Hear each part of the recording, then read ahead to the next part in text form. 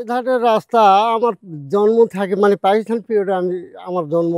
আমি জীবনে এত খারাপ রাস্তা কোনোদিন দেখিনি। আপনি যান, আরও আগে যান, পরিস্থিতিটা দেখেন কি অবস্থাটা। বহুদিন ধরে সংস্কারের অভাবে এখানকার কাঁচা সড়কগুলোতে জায়গায় জায়গায় তৈরি হয়েছে গর্ত। সামান্য বৃষ্টিতেই কাদায় দেবে যায় রাস্তাঘাট। তখন রিক্সা ভ্যান তো দূরের কথা, হাঁটাও যায় না ঠিক মতো। রুগী নিয়ে ভ্যান বা ইজি বাইক আটকে যায় মাঝপথে। বই খাতা জামাকাপড় কাদায় মাখামাখি হয়ে যায় শিক্ষার্থীদের। এমন দুরবস্থায় কেউ সহজে বিয়ের সম্পর্ক করতে চায় না এই গ্রামে। তবে বেশি বিপদে পড়েন চালকেরা। যাত্রী মেলে না, হয় না আয়। সংসার চালানো যেখানে দায়, সেখানে জনপ্রতিনিধি আর প্রশাসনকে জানিয়েও মেলে না কোনো সুরাহা।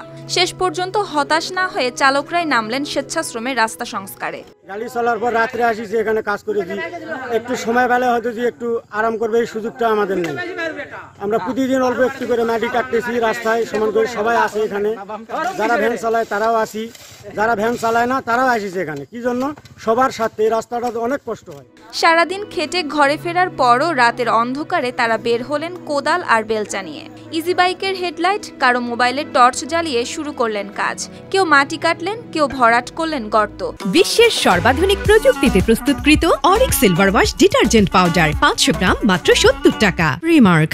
কেউ আবার সমান করলেন রাস্তা। তাদের এই দৃশ্য দেখে এগিয়ে এলেন স্থানীয়রাও। কেউ সাহায্য করলেন মাটি টানতে, কেউ দিলেন খাবার। অন্ধকার গ্রামে সেই মুহূর্তটা এমন যেন মনে হচ্ছিল সবাই লড়ছিল নিজেদের কষ্ট লাঘবের জন্য। আমরা এই রাস্তার ধ্যান চলে পারি না, খাওয়া দিন গেলে খাওয়া, না গেলে খাওয়া নাই। কিস্তি আছে আমাদের, গাড়ি উল্টে যায়, চেয়ারম্যান কব ভোট দেয়, সে রাস্তা পাকা হয় না।